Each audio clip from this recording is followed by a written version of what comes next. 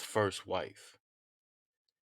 I'm going to be breaking down their whole situation and how these two marriages benefited Jacob. This is Prophet Amazing, and I'm going to give you the realness. I'm going to take you to church. Now, as we go deeper into this teaching, I'm going to be dropping some gems that a lot of people and a lot of women are not going to want to hear. First gem that I'm going to drop is when the modern day thinking that a man is supposed to set them up to be financially free when they meet them. They're not supposed to do anything. They're supposed to come into this financial world where they don't have to work, where they don't have to do anything, where a man is supposed to be financially set up already. In this story of Jacob, he wasn't set up financially. We can see that the woman was the first credit card. Before ceremonies, wedding ceremonies happen, and companies and businesses and the government wanted to make money off of marriage, the marriages in the traditional way was the father gave away their daughters. They would put up in a horse or a carriage, and it would be an exchange. In this story of Jacob, we see that Jacob did not have any money. He worked for Leah. His uncle tricked him into working for Rebecca. Now, that side of the family had hustler mentality, deceitful mentality, because when he was working for Leah, he thought he was working for Rebecca. So his uncle got another 7 more years out of him for Rebecca. He had no money, so he had to work for both of his wives. He had to work for them. He didn't, there was no, I'm going to marry you, Leah. And Leah was saying, well, you got to be financially set up. You have to have a 401k. You have to have this amount of money in the bank. You're going to have to save me. The role back then, and this is why women are getting confused about what their role is supposed to be. The role back then was the woman was to supposed to do anything that the man or any goal that he had, they were supposed to help with that goal to get the family or where they were supposed to be. So the goal for the women or his wives or his wife was to extend the legacy or help extend the legacy. That's why when Leah got pregnant and Rebecca didn't, it caused animosity because Leah was able to extend Jacob's family, but Jacob didn't have the love for Leah because he was judging her on her outside beauty. And it says in the Bible, she wasn't the best looking woman, but she could bear children. Rebecca, on the other hand, was beautiful, but she couldn't have children, so she had to make a deal so that she could have a child. This whole story lets us know that, and I'm gonna drop this gem on you for the men. If you meet a woman that says that she has to have a man that's making money or that's already financially set up, she's not ready to be on your team. She doesn't have the mindset or the mind frame to be a team player. And if she's coming at you from that angle, no matter if you have money or not have money, she's going to be a curse to you down the line, period. Because if a woman is looking at past you and to your financial situation, that makes her a money. Let me see. I'm trying to phrase it nicely. That makes her god is money.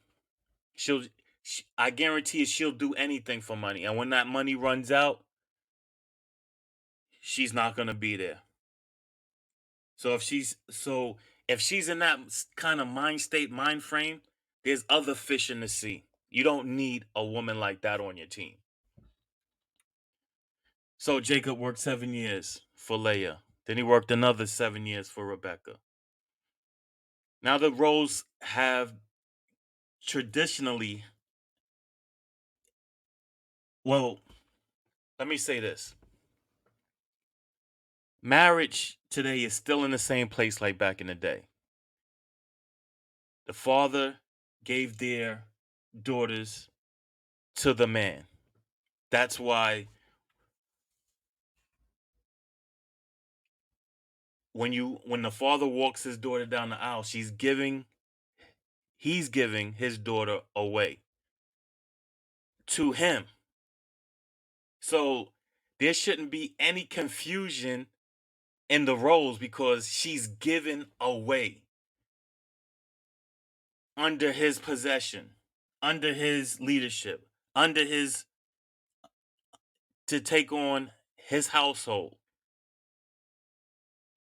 Yes, they sprinkled it up, put you in a tuxedo, put the woman in a wedding dress, white dress, and the white dress is made for purity. When the father gave his daughter away back in the day, she was a virgin. She was pure. Or they had to make sure that she was pure. But nowadays, you have a bride walking down the aisle and they're not pure. But we have to understand the importance of being given away. It used to just happen. You pull up, house and buggy, you exchanged gold, whatever you had for that woman, and now she was under your household. When you slept with her, you consummated the marriage.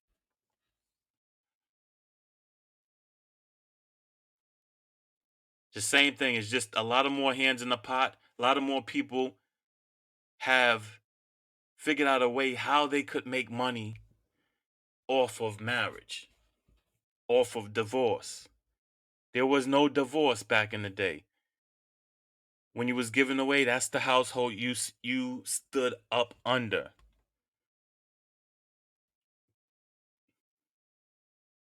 Now they seen how much money it is to divorce.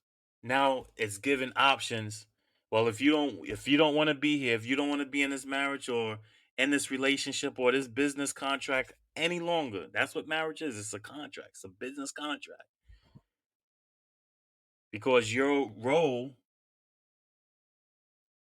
is to be a helper. Now you can move from partner to partner. You can have partners before marriage and still put on the right dress, you know, signifying purity when nothing's really pure.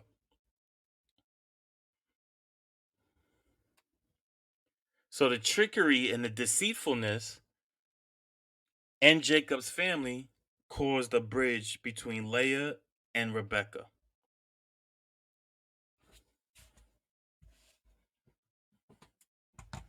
And I'm going to go more into the details of this of marriage and of this marriage. Not everything is governed by you have to have money now. Family family was the first means and building of wealth. Before there was money that was created so people could take advantage. This whole system we're in is for other people to profit and for families and individuals not to profit off of their own traditions. If traditions were set in place, we would have a better financial system.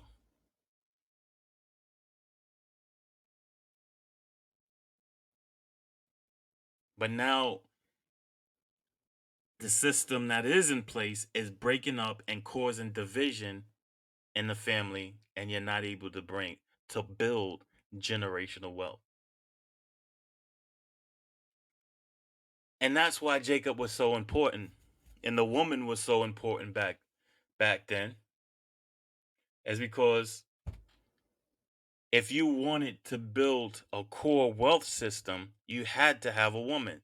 So that's why he worked so hard for the woman that he wanted. He wanted Rebecca. So he got two. He doubled his wealth. He doubled his wealth.